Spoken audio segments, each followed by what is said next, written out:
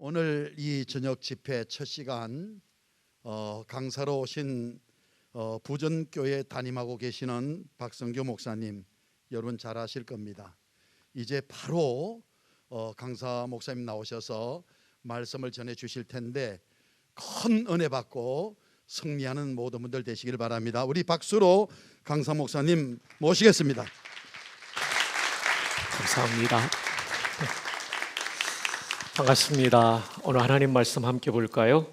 호세아 6장 1절로 3절입니다. 호세아 6장 1절로 3절입니다.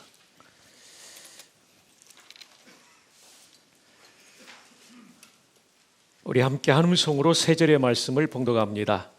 오라 우리가 여호와께로 돌아가자. 여호와께서 우리를 찌셨으나 도로 낫게 하실 것이요 우리를 치었으나 싸매어 주실 것이라. 여호와께서 이틀 후에 우리를 살리시며 셋째 날에 우리를 일으키시리니 우리가 그의 앞에서 살리라. 그러므로 우리가 여호와를 알자. 힘써 여호와를 알자.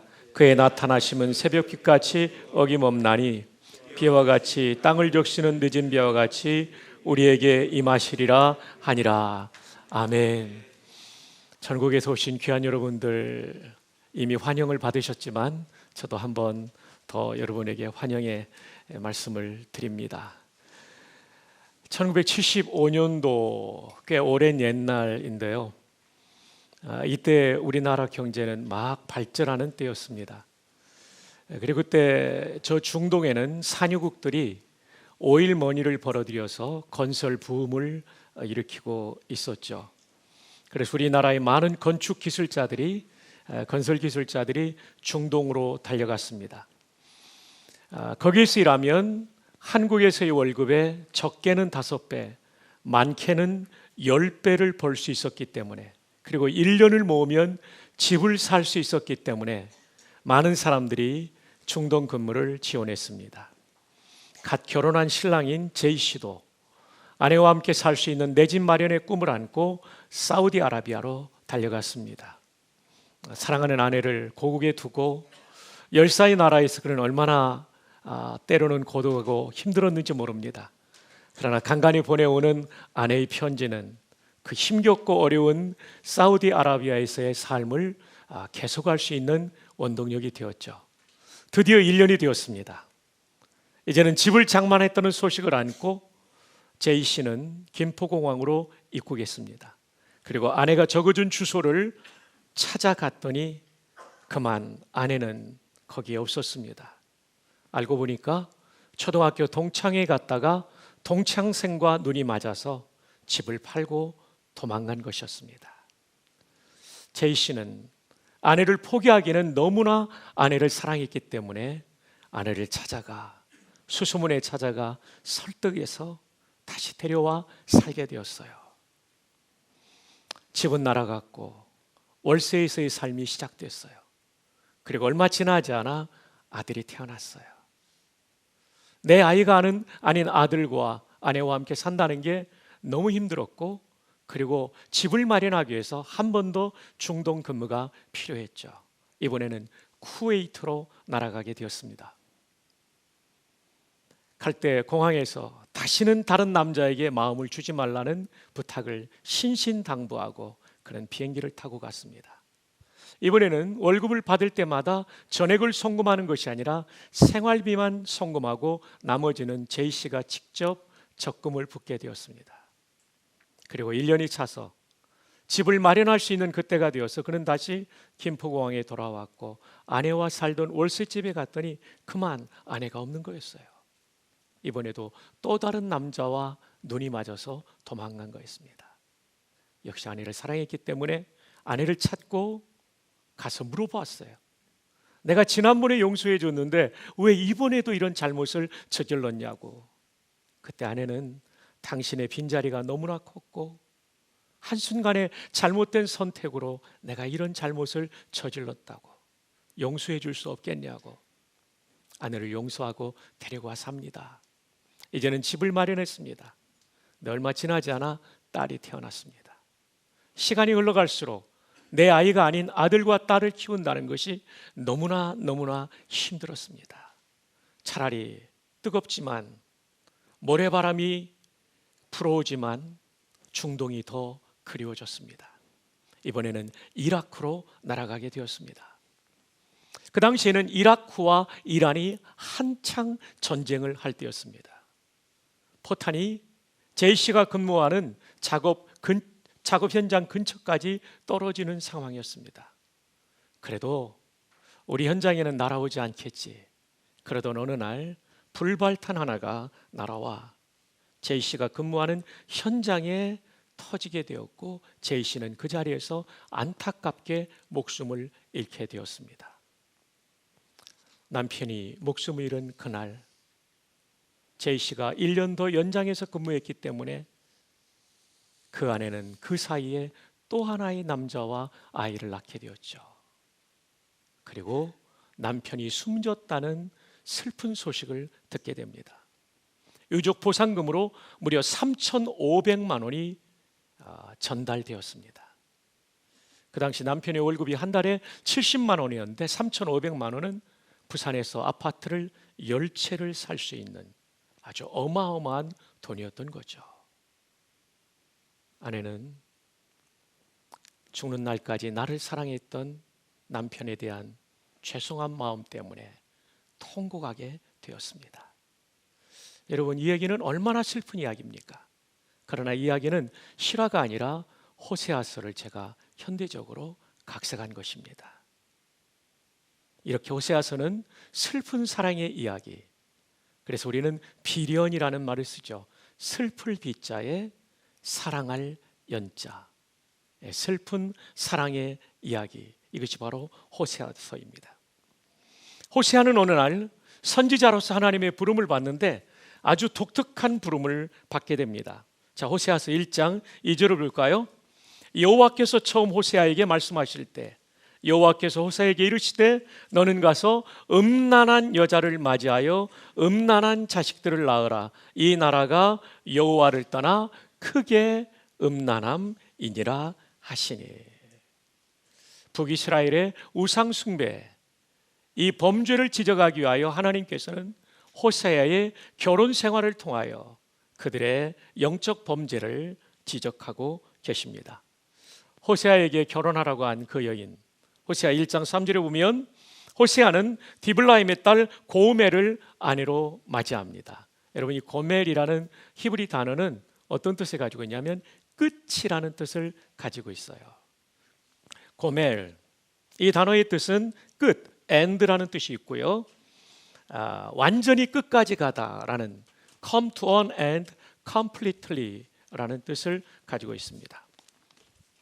고멜, 이 뜻은 끝이라는 뜻이 있고요. 두 번째는 끝까지 가다. 고멜이라는 뜻은 바로 이런 뜻이죠. 그러니까 이 여인이 어떤 여인이냐면 끝까지 간 여자. 그러니까 도덕적으로 타락했는데 마지막까지 가버린 여자. 이것을 통해서 하나님은 북이스라엘을 깨우치고 있는 거죠.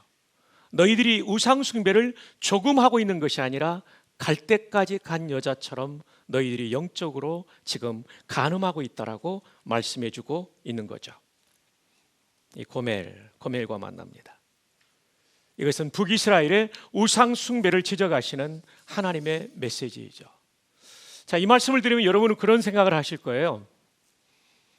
나는 어떤 형상 앞에 절하지 않고 있는데 우상 숭배에 대한 이 호세아서의 말씀은 나하고는 상관없다라고 생각하기가 쉽습니다.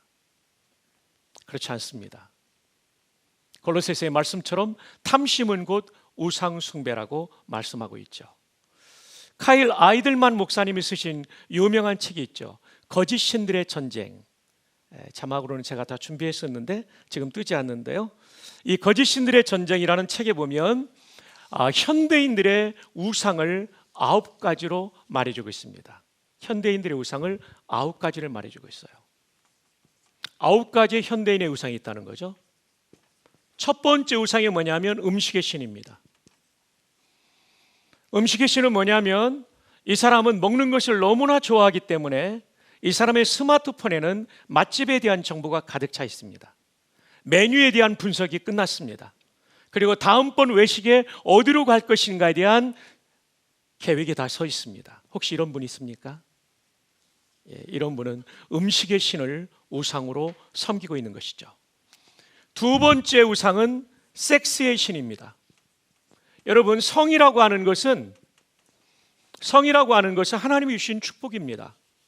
이것을 통하여 다음 세대가 태어나게 되고 부부간에 친밀함을 더하게 되는 거죠. 그런데 하나님께서 허락하신 배우자가 아닌 또 다른 사람과의 성관계를 생각하거나 맺고 있는 것은 성의 신, 섹스의 신을 섬기고 있다는 거죠. 이게 현대인의 두 번째 우상입니다. 인터넷 음란물도 섹스의 신을 섬기는 우상 숭배입니다. 세 번째로는 오락의 신입니다. 오락의 신은 컴퓨터 게임이라든지 스포츠, 영화, 그리고 또 다른 여러 가지 종류의 게임들, 그리고 SNS, 카톡을 즐기는 것도 과도할 때에는 우상 숭배가 될 수 있다는 거죠. 세 번째가 오락의 신입니다. 네 번째로는 성공의 신입니다.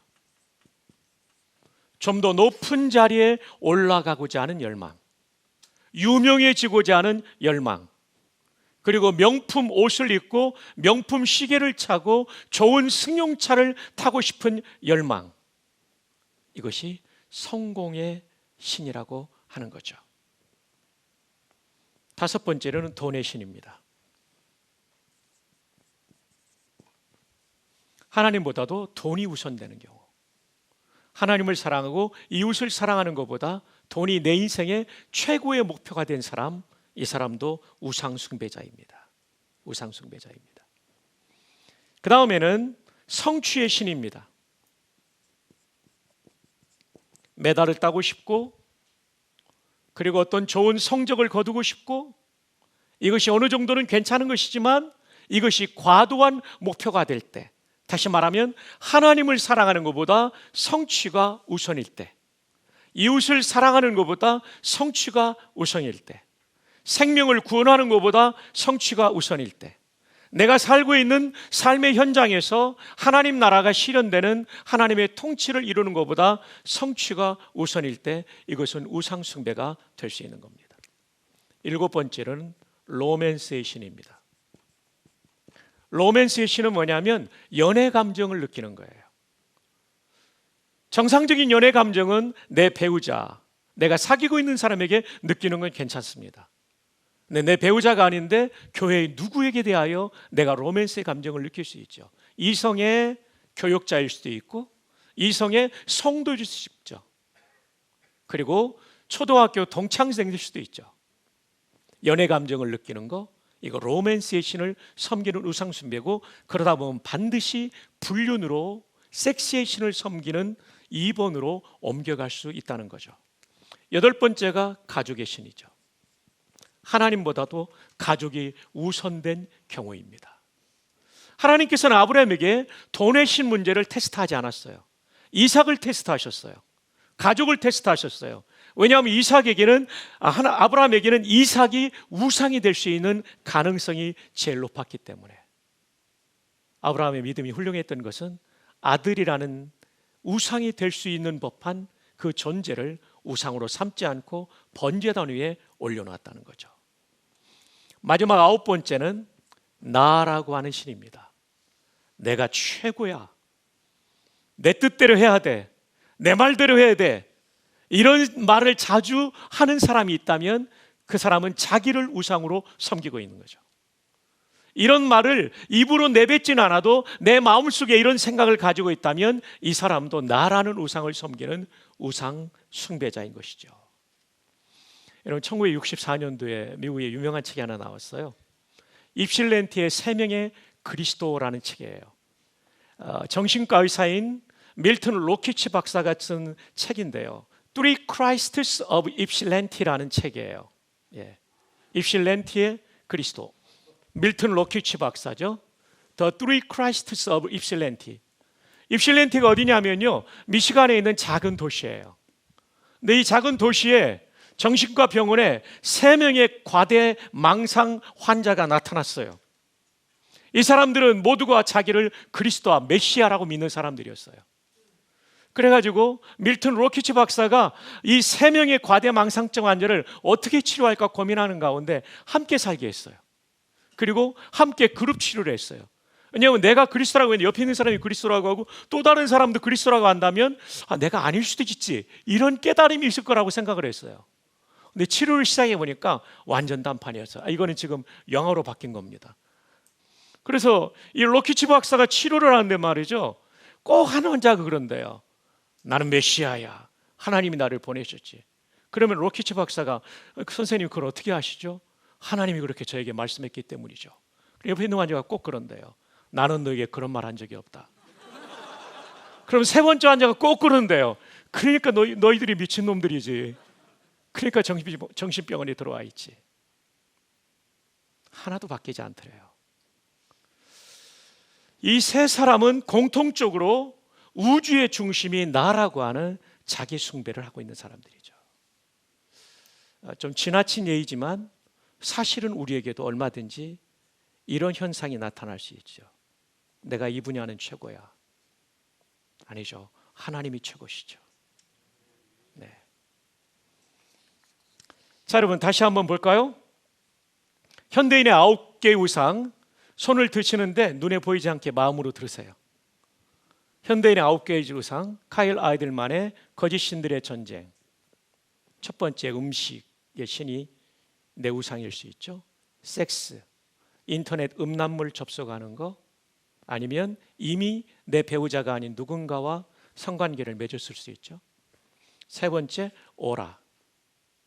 우리가 목사고 전도사임에도 불구하고 지나치게 스포츠나 영화나 드라마나 심지어 카톡이나 여기에 빠져 있지 않습니까?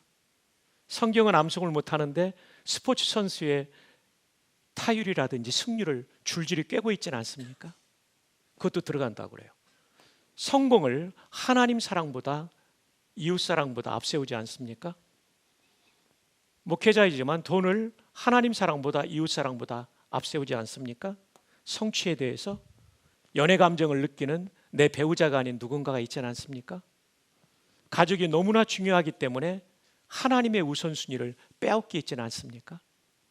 아니면 내가 세계에서 최고야, 세상에서 제일 최고야, 내 뜻대로 해야 돼, 이런 나를 우상으로 섬기고 있지는 않습니까? 적어도 하나에서 2개 정도는 우리가 가졌을 가능성이 높습니다. 그렇기 때문에 호세아서의 이 말씀은 오늘을 사는 우리들에게도 필요한 말씀이 되는 거죠. 카일 아이들만은 그 책에서 이렇게 말합니다. 22쪽에서 우상 숭배는 많은 죄 가운데 하나가 아니다. 네. 혹시 교재에 나와 있나요? 네, 그건 안 나와 있군요. 우상 숭배는 많은 죄 가운데 하나가 아니다. 그것은 다른 모든 죄를 낳는 큰 죄이다. 우상 숭배는 하나의 문제가 아니라 그것은 우리가 가진 모든 문제의 본질이다. 여러분 다시 한번 설명드릴게요. 우상 숭배는 여러 문제 중에 하나가 아니에요. One of many sins가 아니에요.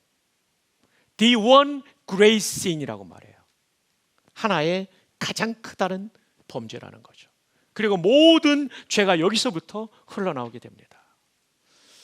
여러분 사진으로 지금 뜰지 모르겠습니다만은 2008년도로 기억이 됩니다. 뉴스위크지에 나왔던 뉴욕 주지사 엘리엇 스피처라고 하는 주지사가 있습니다.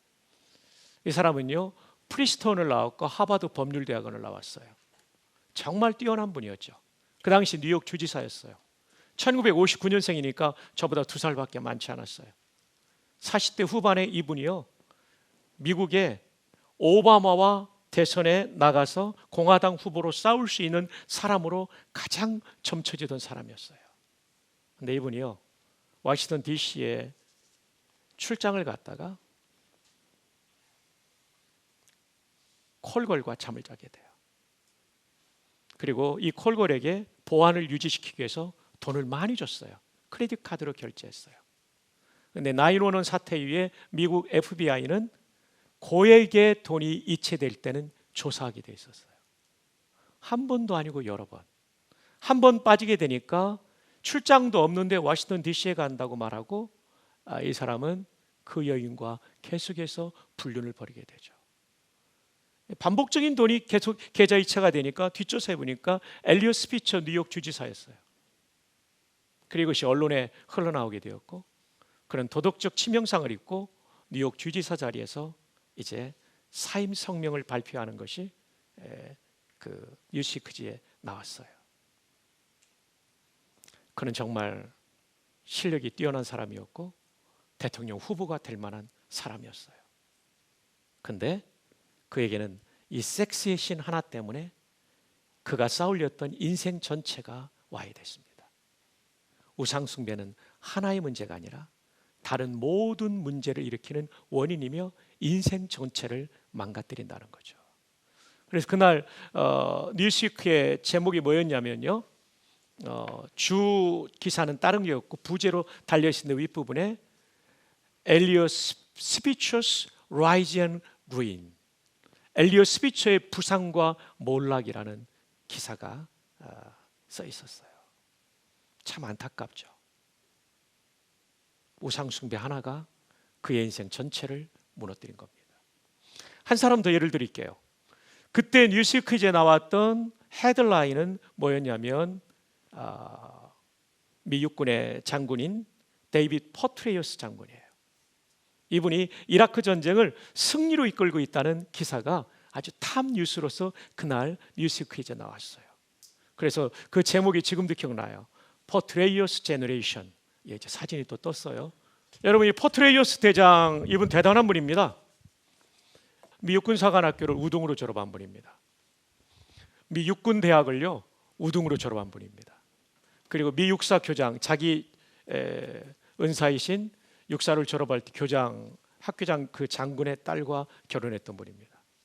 그리고 프린스턴에서 박사학위를 받은 분입니다. 월남전을 연구해서. 그리고 이분은 육군사관학교 조교수를 지냈습니다. 그리고 야전에서 101 에어본 디비전이라고 해서 101 공정사단 사단장도 지냈습니다.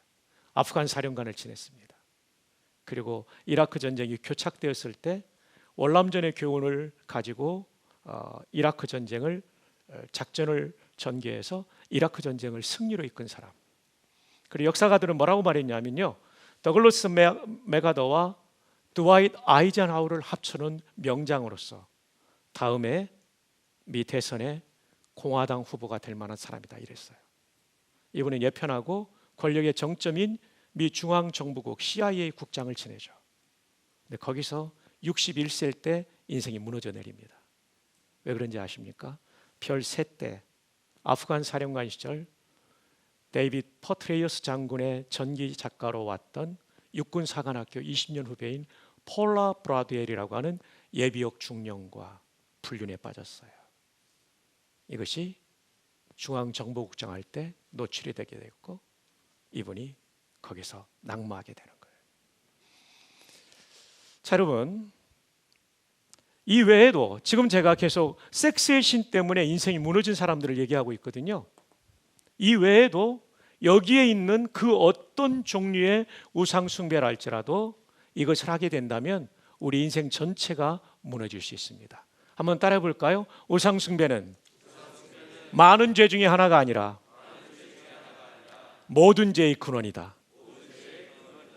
그래서 우리는 정말 내 안에 있는 우상이 무엇인지를 잘 분별할 수 있어야 된다는 것을 여러분이 꼭 기억하시면 좋겠습니다.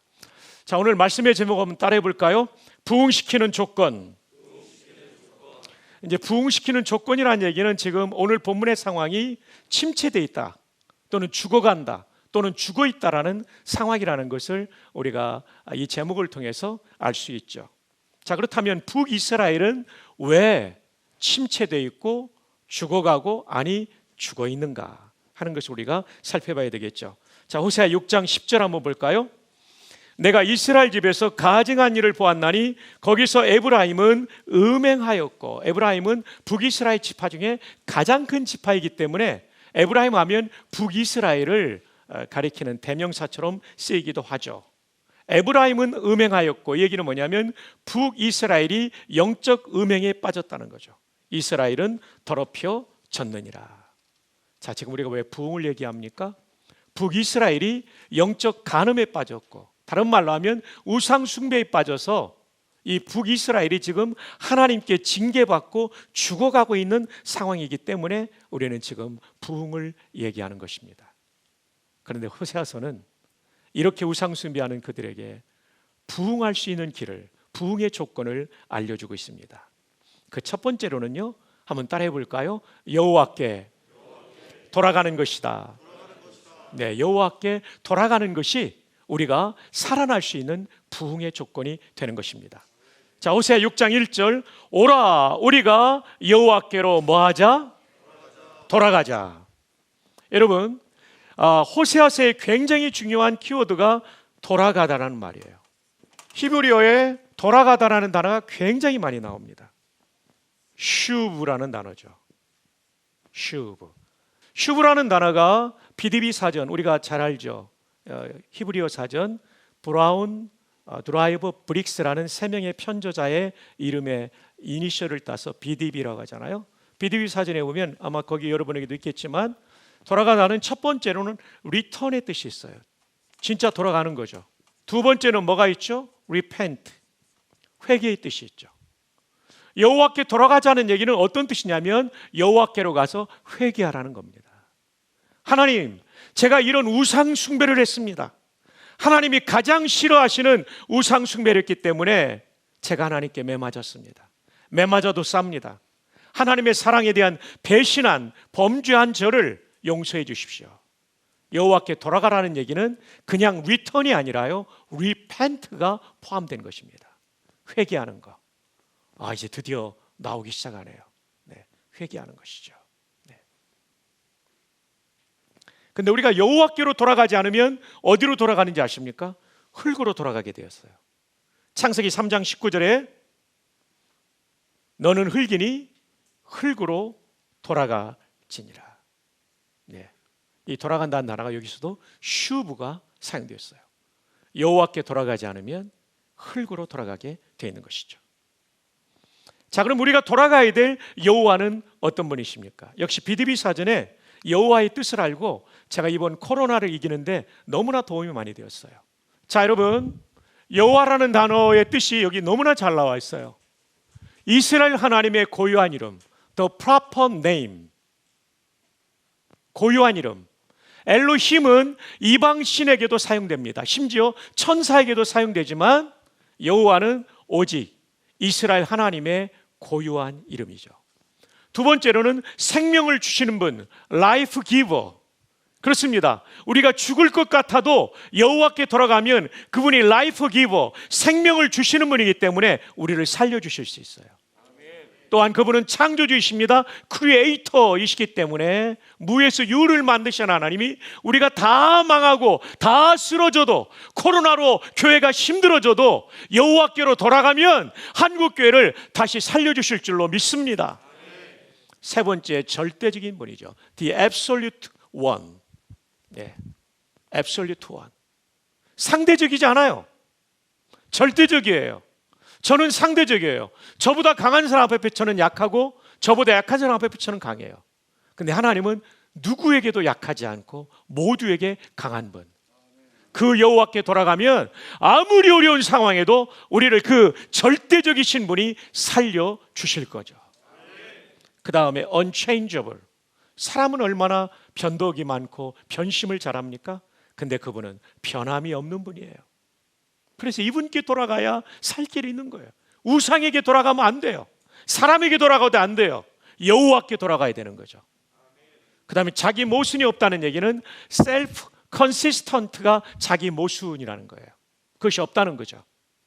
자기 모순이 없다는 뜻이에요. 이 consistent까지. 그 다음에 unchangeable, 또 한 번 변함이 없다는 게 또 나오죠. ever living, 영원히 사시는 분이에요. 저와 여러분은 다 유한합니다. 여러분, 저도 죽고 여러분도 죽어요. 아멘 안 해도 다 죽어요. 저도 언젠간 죽어요. 저도 이제 61세니까 얼마 안 남았어요. 예. 조성민 목사님 저보다 오래 사실 거예요. 저보다 동생이시니까. 그러나 그분은 ever living, 영원히 사시는 분이에요. 영원히 사시는. 이분께 돌아가야 소망이 있다는 거예요. 그 다음에 자존자, I am who I am. 나는 나로 존재한다. 나는 나이다. 누가 만들지 않았다는 얘기죠.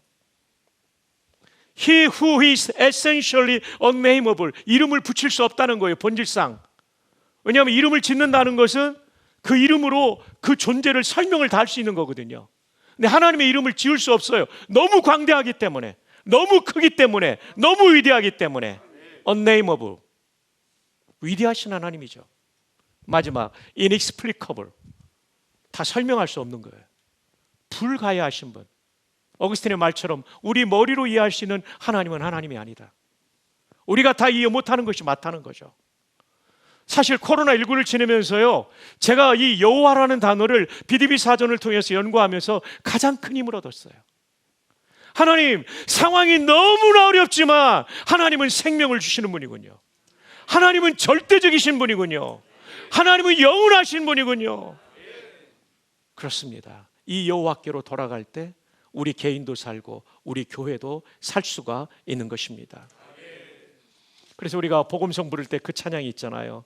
주님의 이름은 강한 성루, 그곳에 달려간 자 안전하리. 이게 히브리어로 보면 주님이 잠언 18장 10절에 여호와예요. 아시는 대로 여호와라는 단어가, 우리는 여호와를 읽지만 유대인들은 여호와를 안 읽잖아요. 왜냐하면 출애굽기 10장에 여호와 이름을 망령되 읽지 말라 그래서 여호와가 나오면 무조건 주님이라는 단어를 읽어요. 아도나이로 읽어요. 그래서 우리 보통 여호와를 주님으로 번역한 영어 성경이 많죠. The Lord로. 그냥 주님일 때는, 제가 요즘 영어 성경을 비교해 보니까 그냥 주 진짜 아도나이를 쓸 때는 L, 대문자 L, 소문자 ORD예요. 근데 여호와를 옮겨놓은 로드는 LORD가 전부 대문자예요. 이 차이가 있더라고요. 어쨌든 주님의 이름은 강한 성루가 본래는 여호와의 이름은 강한 성루. 그곳에 달려간 자 안전하리. 왜냐하면 그분은 절대적이신 분이니까. 그분께 피하는 자는 안전한 거죠. 사랑하는 여러분, 이걸 좀 더 영어를 빼고 한글로만 된 여호와의 이름의 뜻을 한 번 더 우리 정리 한번 해볼까요? 1번 시작. 엘로힘은 다른 이방신에도 써요. 천사에게도. 2번 3번 4번 우리는 모순 덩어리잖아요. 5번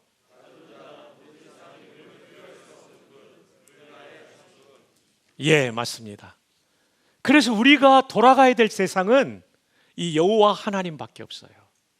이 여호와 하나님께만 돌아가야 우리는 살 길이, 부흥의 길이 열리는 거예요. 자, 그런데 놀라운 단어, 돌아가다라는 슈브라는 단어가 아까 편의상 2개만 설명드렸고요. 사실은 그보다 더 많아요.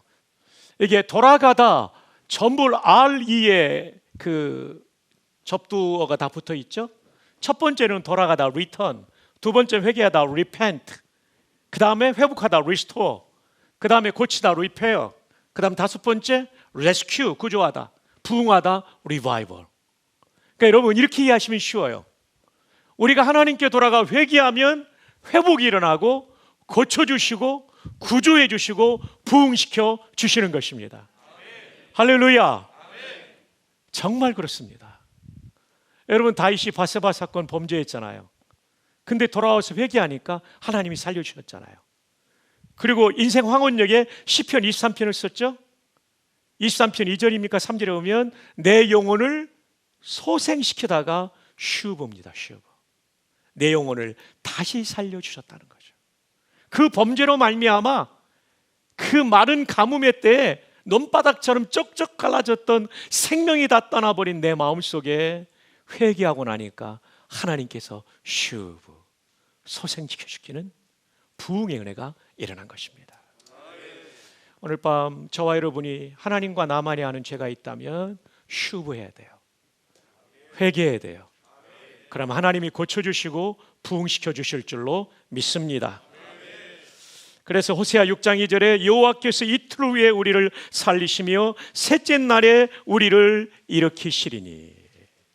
여러분 죽은 지 이틀이 지나고 3일이 지났으면 소망이 없다는 거 아닙니까? 근데 하나님께 회개하면 죽은 지 이틀이 지나고 3일이 지나고 시체가 썩어가고 있어도 하나님이 다시 살리신다는 거죠. 자, 여기 3일 만에 일으킨다는 단어가 70인경에는 부활시킨다는 단어예요. 에게로가 쓰였어요. 그 얘기는 뭡니까? 예수 그리스도의 부활을 여기서 예고하고 있다는 거죠.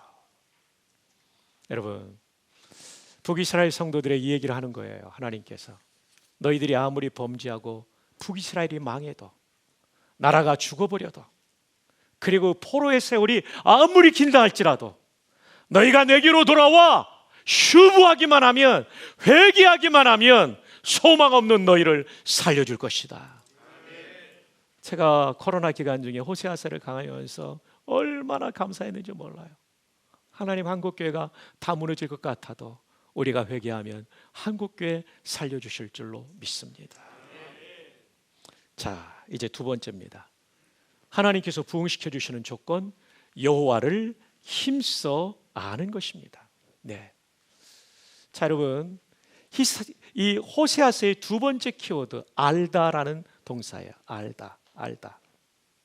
첫 번째는 뭐였죠? 돌아가자라는 슈브예요. 그 다음에 알다, 야단데요. 자, 호세아서 6장 3절 함께 읽어요. 시작. 그러므로 우리가 여호와를 알자, 힘써 여호와를 알자. 그의 나타나심은 새벽빛같이 어김없나니 비와 같이 땅을 적시는 늦은 비와 같이 우리에게 임하시리라. 여러분, 여기서 여호와를 알자 할 때 이 안다는 말은 인격적 신앙을 말해요. 지식적 신앙은 머리로만 아는 것을 말해요. 여러분이 성경을 통해서 지식적으로도 깨달을 때 감동이 있긴 하죠. 근데 이것만 있으면 안 된다는 거예요. 감정적인 신앙이 있어야 된다는 거예요. 말씀을 묵상하다 보면, 아, 그렇군요 하나님, 아이고 그렇군요 하나님, 와, 이렇게 깨달아질 때가 있죠. 그죠? 그러면서 하나님이 나를 이렇게 사랑하시니까 나도 하나님 사랑합니다. 이렇게 말씀 묵상 가운데 하나님 사랑의 감정이 일어나는 거예요. 여기서 감정적인 신앙은 뭐냐면 사랑을 말해요. 그리고 기도하는 가운데 우리는 손뼉을 딱 치면서 할렐루야 하면서 하나님의 사랑을 깨닫고 나도 하나님을 사랑합니다.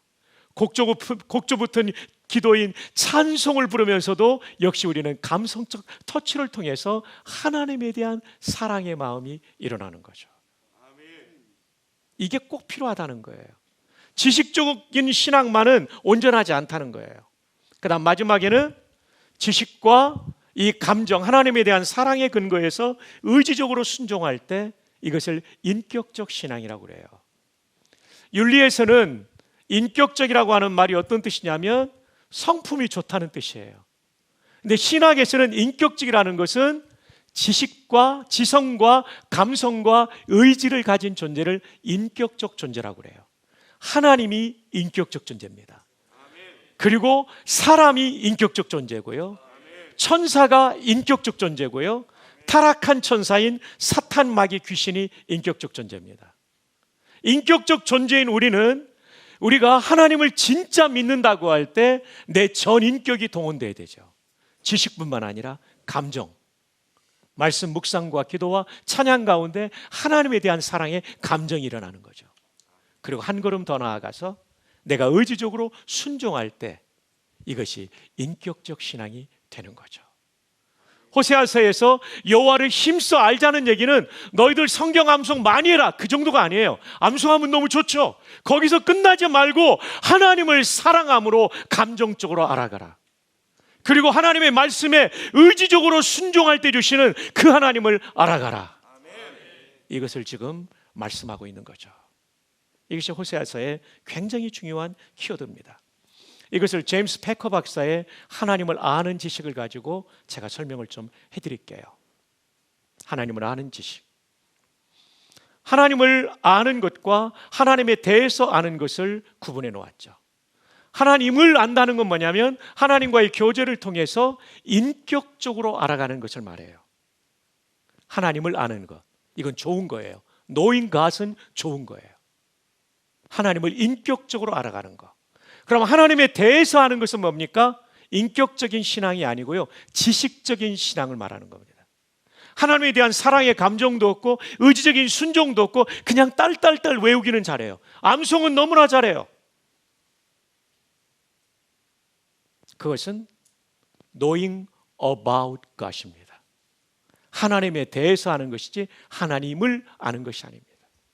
얼마나 많은 성도들이 하나님에 대해서만 압니까? knowing about God, 지식적으로만 알고 있습니까? 그것이 바로 호세아서에 지적받고 있는 이스라엘의 문제였고 오늘 우리들의 문제일 수도 있고 한국교회의 문제일 수도 있죠. 하나님에 대해서 아는 knowing about God은 병든 신앙입니다. 힘이 없어요. 지식으로만 알고 있어요. 생명이 아니에요. 그러나 하나님을 아는 knowing God은 전인격적인 신앙이에요.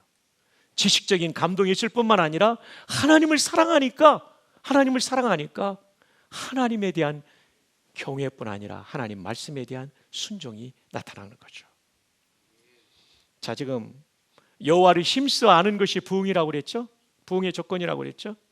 우리 모두가 이 어려운 시대에 하나님에 대해서 아는 신학적 지식, 성경 구절에 대한 지식으로 끝나지 않고 하나님을 사랑하는 감정과 하나님께 순종하는 의지까지 포함된 전인격적인 신앙이 우리 모두에게 회복될 수 있기를 주 예수님의 이름으로 축복합니다.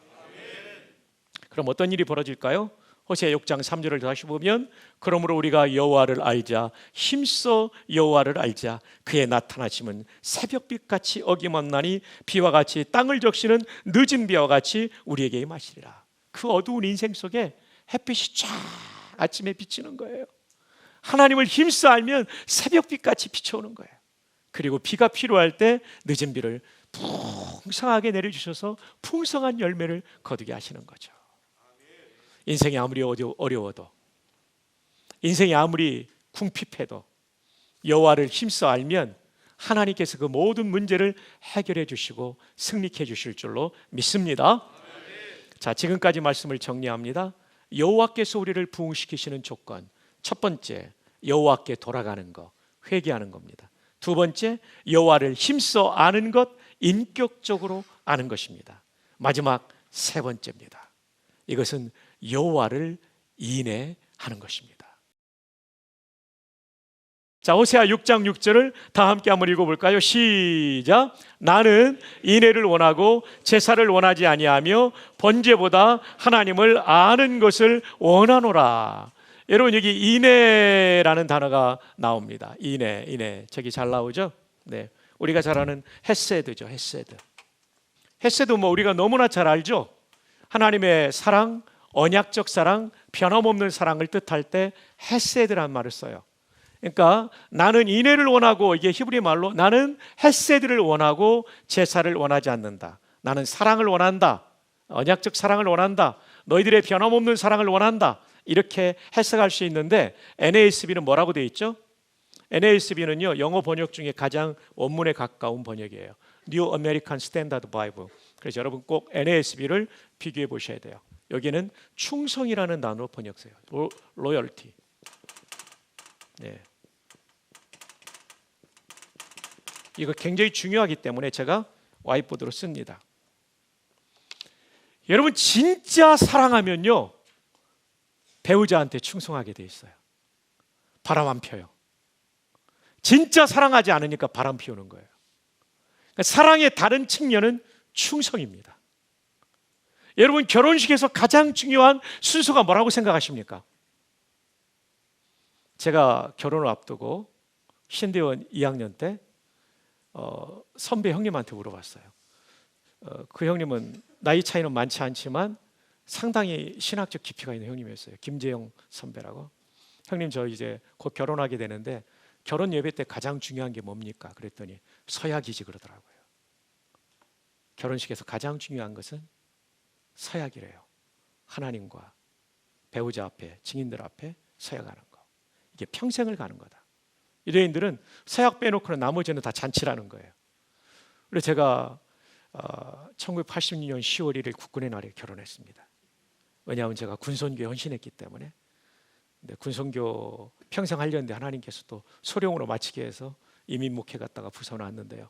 하긴 뭐 우리 청신 다닐 때, 대학 다닐 때 우리 신대원 형님들이 아프리카로 10명 가겠다고 10명 선배들이 뒷동산에서 기도했어요. 근데 한 명도 아프리카로 안 가고 전부 동남아로 갔어요. 하나님 인도는 몰라요. 저도 평생 55세까지 군모 가려고 그랬는데 40에 제가 군에서 나왔죠. 예, 하나님의 인도는 모릅니다. 근데 그 형님이 그래서 이제 제가 10월 1일 날 우리 박상호 목사님 그때 결혼식에 오셨었죠. 예, 그래가지고 이제 결혼식에 딱 서는데 제가 서약이 중요하면 내가 대답을 크게 해야지. 박이천 목사님 물어보실 때 박이천 목사님이 굉장히 말씀이 느리시잖아요. 신랑 박성규 군은 신부 김혜옥 양을 아내로 맞이하여 쭉 하신 다음에 평생을 사랑하시겠느뇨. 그래서 제가 예 그랬어요. 그랬더니요, 그 당시에 신랑이 그렇게 크게 예를 하는 사람이 없어서 하객들이 다 웃어버렸어요. 하객들이 웃으니까 주례 목사님도 웃다가 순서를 하나 빼먹었어요. 성원 선포를 빼뜨리셨어요. 그래서 다 마치고 나오는데 제 친구가 박전사 정식부부 아니라고 그러더라고요. 무슨 얘기냐고. 나 지금 결혼식 마쳤는데 목사님이 성원 선포 빼뜨렸어 그랬어요. 목사님께 가서 말했더니 한 거라고 똑같다고 하셔가지고 지난 30몇 년 동안 잘 살고 있는데요. 여러분이 서약이 왜 중요합니까? 그 충성맹세거든요. 충성맹세예요. 내가 이 배우자한테 내 일생 변함없는 사랑을 바치겠다는 거거든요. 네. 그래서 말라기 2장 14절에 보면 결혼의 서약을 메리지 카버넌트라고 그러죠. 컨트랙트가 아니죠. 컨트랙트는 손해보면 얼마든지 깰 수 있어요. 물건 주문했다가 이거 아니다 싶으면 위약금 물고 깨잖아요. 근데 결혼은 컨트랙트가 아니죠. 카버넌트죠. 언약이죠. 카버넌트는 뭡니까? 목숨 걸고 지키는 거죠. 근데 지금 호세아서의 문제가 뭡니까? 하나님 목숨 걸고 이걸 지키는데 신부된 북이스라엘이 안 지키는 거예요. 그래서 하나님께서 뭐라고 말씀하십니까? 나는 인애를 원하고 이 인애가 충성이에요. 충성. NASB가 원문에 가장 가까운 번역이라고 그랬죠? 충성이에요. 충성. 나는 충성을 원하고 제사를 원하지 아니하며. 예배가 필요 없다는 게 아니라 나는 예배도 중요하지만 너희들이 나에게 충성된 사랑을 했으면 좋겠다. 왜 바람 피우냐? 이 얘기를 지금 하고 계시는 거예요. 왜 영적인 바람 피우냐? 왜 9가지 우상을 섬기고 있냐? 이 얘기를 하시는 거예요. 지금 주일 한 번 예배 달랑 드려놓고 나머지는 오락에 빠져 살고 돈에 빠져 살고 성취에 빠져 살고 나라고 하는 우상을 섬기고 살고, 이게 오늘 우리들의 모습이라는 거죠. 하나님이 원하시는 것은 충성이라는 거죠. 나는 인애를 원하고 제사를 원하지 아니하며. 어떻습니까? 정말 우리는 하나님께 사랑과 충성을 늘 바치오리다 찬송처럼 충성스러운 사랑을 드리고 있나요? 우리 모두에게 스스로 던져봐야 될 질문입니다. 출애굽기 20장 3절에 신의 산 언약에 나 외에는 다른 신을 내게 두지 말라. 20장 4절에 너를 위하여 새긴 우상을 만들지 말고, 20장 6절에 그것들에 절하지 말며 그것들을 섬기지 말라. 나 내 하나님 여호와는 질투하는 하나님인지요. 여러분, 이 십계명의 한복판에 하나님 자신을 질투하는 하나님, 엘칸나라고 말하고 있어요. 칸나. 질투하면 좀 째째하다는 생각이 들지 않습니까? 근데 하나님이 스스로 자신을 째째한 하나님처럼 표현하고 있어요. 정말 그분이 째째해서일까요? 아니요. 그분은 광대무변하시고 unnameable, 이름을 다 지을 수 없는 분이에요. inexplicable, 다 설명할 수 없는 위대하신 하나님이에요. 그럼에도 불구하고 자신을 향하여 질투하는 하나님, 엘칸나의 하나님이라고 말씀하시는 이유는 뭘까요? 그만큼 우리를 사랑한다는 얘기예요. 우리의 사랑을 원한다는 거예요. 우리가 바람 피우기를 원치 않는다는 거예요. 우리 마음이 하나님 외에 우상에게 뺏기는 걸 견딜 수 없다는 거예요. 마치 여러분의 배우자가 바람 피우면 여러분의 막 열불 나겠죠. 그 남자를 가만둘 수 없죠. 그죠? 머리카락을 다 쥐어 뜯어버리지. 여러분의 여성 배우자가 바람을 가만두겠어요? 다리 몽둥이를 부러뜨리고 말지. 이 질투죠. 왜냐하면 사랑하기 때문에. 사랑하는 여러분, 하나님께서 우리에게 인애를 원하고 제사를 원하지 않는다. 충성을 원한다. 충성스러운 사랑을 원한다. 이것이 하나님이 우리를 그만큼 사랑하기 때문이라는 거죠. 이제 더 이상 우리 안에 있는 이 9가지 우상이 발붙이지 못하도록 이 우상을 제거하는 은혜가 있기를 바랍니다. 자, 이제 말씀을 맺겠습니다. 오늘 말씀의 제목, 부흥시키시는 조건입니다. 부흥시키시는 조건. 첫 번째 어떻게 됩니까? 여호와께 돌아가는 것입니다. 두 번째, 여호와를 힘써 아는 것입니다. 세 번째, 여호와를 인애하는 것입니다. 충성스럽게 사랑하는 것입니다. 이번 수련회 기간 동안에 이 세 가지가 회복된다면 존경하는 우리 목사님들, 전도사님들의 사역과 생애와 사역은 부흥을 경험하는 은총이 있을 것입니다. 자, 이제 우리 다 함께 한번 일어나 볼까요? 그래, 우리 찬양 도와주실 목사님들 앞으로 나오셔서 내 백성이 나를 떠나 돌아섰지만 내 사랑이 내 백성을 포기 못하니, 이 가사가 너무 좋아요. 내 모든 것 내어주고 나 그들을 얻으리라. 여호와께 돌아가자. 우린 돌아서도 그는 변치 않네. 여호와께 돌아가자. 우린 넘어져도 그 사랑 영원하네. 우리 함께 찬양 올려드립시다.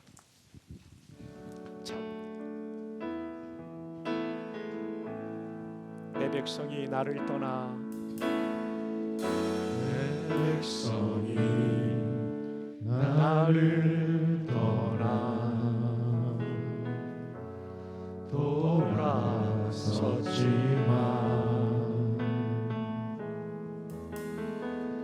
내 사랑 내 백성을 포기 못하니, 내 백성을 포기 못하니 하나님이 모든 것을 내어주고 우리를 얻기를 원하십니다. 내 모든 것 내어주고 나 그들을 얻으리라. 나 그들을 얻으리라. 여호와께 돌아가자. 두 손 들어 찬양합니다. 여호와께 돌아가자. 우린 넘어져도 그는 변치 않네. 여호와께 돌아가자. 우린 넘어져도 그 사랑 여호와께 돌아가자. 여호와께 돌아가. 우린 돌아서도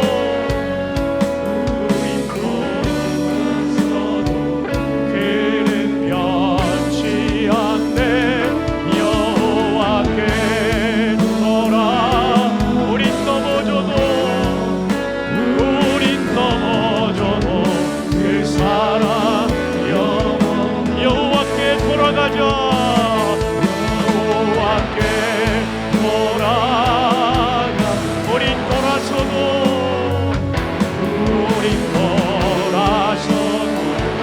그는 변치 않네. 여호와께 돌아가.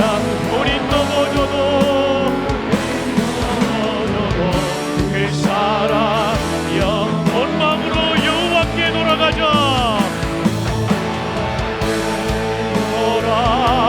돌아가자. 우린 돌아서도 그는 변치 않네. 여호와께 돌아가자. 우린 넘어져도 그 사랑 마지막으로 여호와께 돌아가자. 여호와께 돌아가자. 우린 돌아서도 그는 변치 않네. 여호와께 돌아가자. 우린 넘어져도 그 사랑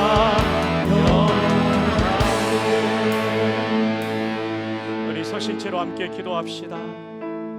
하나님, 나도 힘들고 교회도 힘들고 한국교회도 힘듭니다. 사실은 우리 안에 우상이 있기 때문입니다. 카일 아이들맨 목사님이 지적한 음식의 신부터 나라고 하는 신까지 우리 안에 한두 개 이상의 우상은 다 있을 것입니다. 오락의 신이 있을 수도 있을 거예요. 하나님, 이 시간 이 우상을 십자가에 못 박아 버리기를 원합니다. 성령의 불로 태워 주시옵소서. 오늘 저 문을 나가기 전에 제 마음이 바뀌게 하여 주시옵소서. 제 영혼의 상태가 바뀌게 하여 주시옵소서. 회개하며 여호와께 돌아가오니 다윗처럼 용서하시고 내 영혼을 소생시켜 주시옵소서. 이제까지 지식적으로만 하나님을 알았습니다. 이제는 묵상하며 찬양하며 기도하는 가운데 하나님을 사랑하는 마음으로 알아가게 하여 주옵소서. 이제는 의지적으로 순종하면서 지정의 인격적인 신앙을 가지게 도와 주시옵소서. 마지막, 너무나 저는 바람 많이 피웠습니다.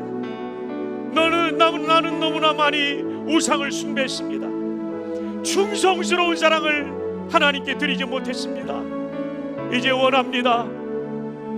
사랑과 충성을 여호와 하나님께만, 삼일체 하나님께만 바치겠습니다. 저를 인도하여 주시옵소서. 이상의 기도 제목을 가지고 우리 한번 주님 3번 부르며 기도의 자리로 나아갑니다. 주여,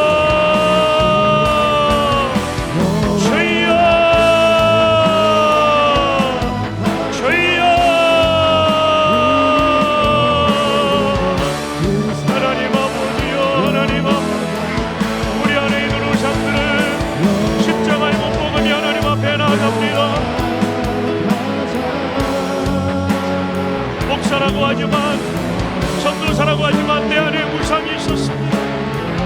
하나님 기뻐하지 않는 이 우상들을 이제 십자가에 못 박으며 나아가기를 원합니다. 십자가에 못 박으며 나아가기를 원합니다. 하나님이여, 하나님이여, 하나님과 나만이 하는 우상을 십자가에 못 박으며 나아갈 수 있도록 아버지 하나님 도와주시기를 원합니다. 전능하신 여호와여, 이 밤에 우리를 불쌍히 여겨 주옵소서. 음식의 신을 섬겼습니다. 섹스의 신을 섬겼습니다. 오락의 신을 섬겼습니다. 성공의 신을 섬겼습니다. 돈의 신을 섬겼습니다. 성취의 신을 섬겼습니다. 로맨스의 신을 섬겼습니다. 가족이라고 하는 신을 섬겼습니다. 나라고 하는 신을 섬겼습니다. 하나님 앞에, 하나님 앞에, 하나님 앞에 회개하며 나아가오니 아버지여, 아버지여, 용서하여 이 밤에 저희를 용서하여 주시옵소서. 저 문을 열고 나가기 전에 우리의 우상을 다 십자가에 못 박는 밤이 하나님이 부흥시켜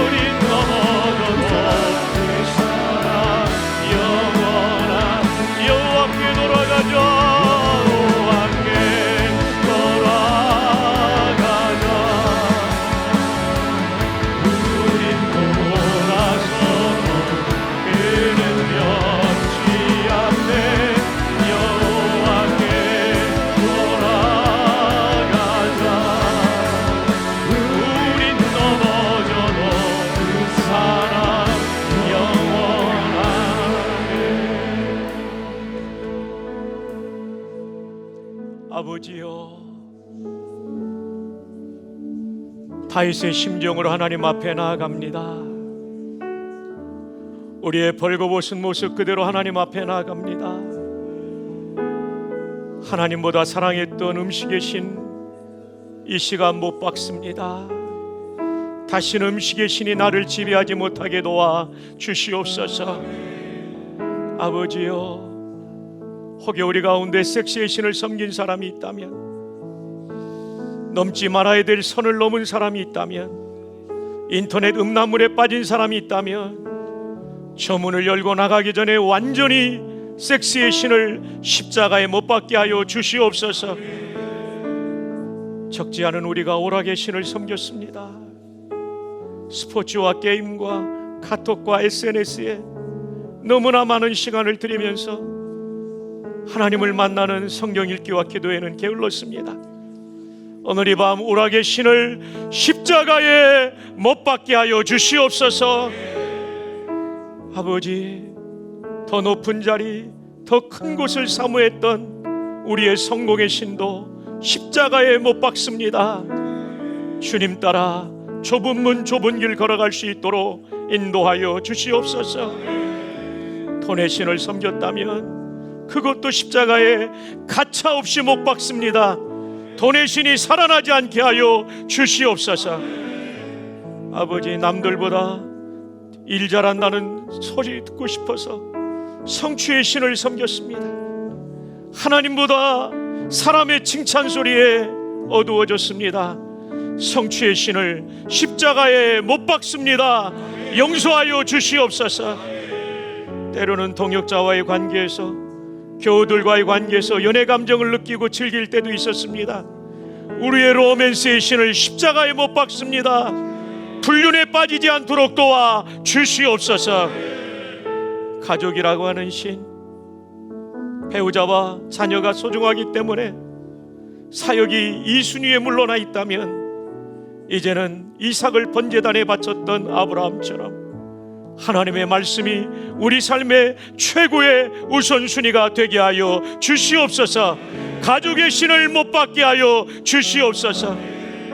내가 최고라고 하는 나라는 신에 빠져 있었던 우상 숭배를 회개합니다. 나를 우상화했던 이 모든 것을 십자가에 못 박습니다. 용서하여 주시옵소서. 오늘 밤 우리에게 영혼의 부흥을 허락하여 주시옵소서. 지식적으로만 하나님을 알았던, 하나님에 대해서 아는 노잉 어바웃 갓의 목회자들이 이제는 하나님 그분을 아는 노잉 갓으로 나가기를 원합니다. 지식을 넘어 내 감정 한복판에 하나님을 향한 뜨거운 사랑이 말씀을 묵상하며 찬양하며 기도할 때 불일 듯 일어나게 하여 주시옵소서.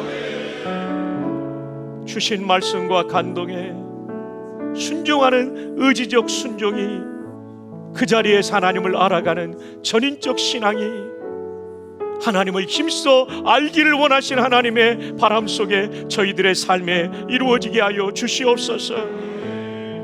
저희는 배신자였습니다. 사랑의 배신자였습니다. 하나님의 사랑을 등지고 살았습니다. 인애를 원하고 제사를 원치 않으신다는 그 주님 앞에 그 헤세드의 놀라운 뜻이 충성임을 배웠사오니 이제는 변함없는 충성의 사랑을 주께 드리게 하여 주시옵소서. 그럴 때 부어주시는 놀라운 부흥을 우리 영혼이 경험하게 하여 주시옵소서. 우리 때문에 교회가 부흥을 경험하게 하여 주옵소서.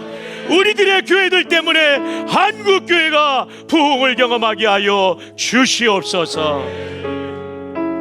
남은 시간마다 함께 하시고 오늘 밤 저 문을 열고 나가기 전에 우리 마음에 부흥의 바람이 불어오게 하여 주시옵소서. 이 모든 말씀을 구주 예수님의 이름으로 기도합니다. 아멘.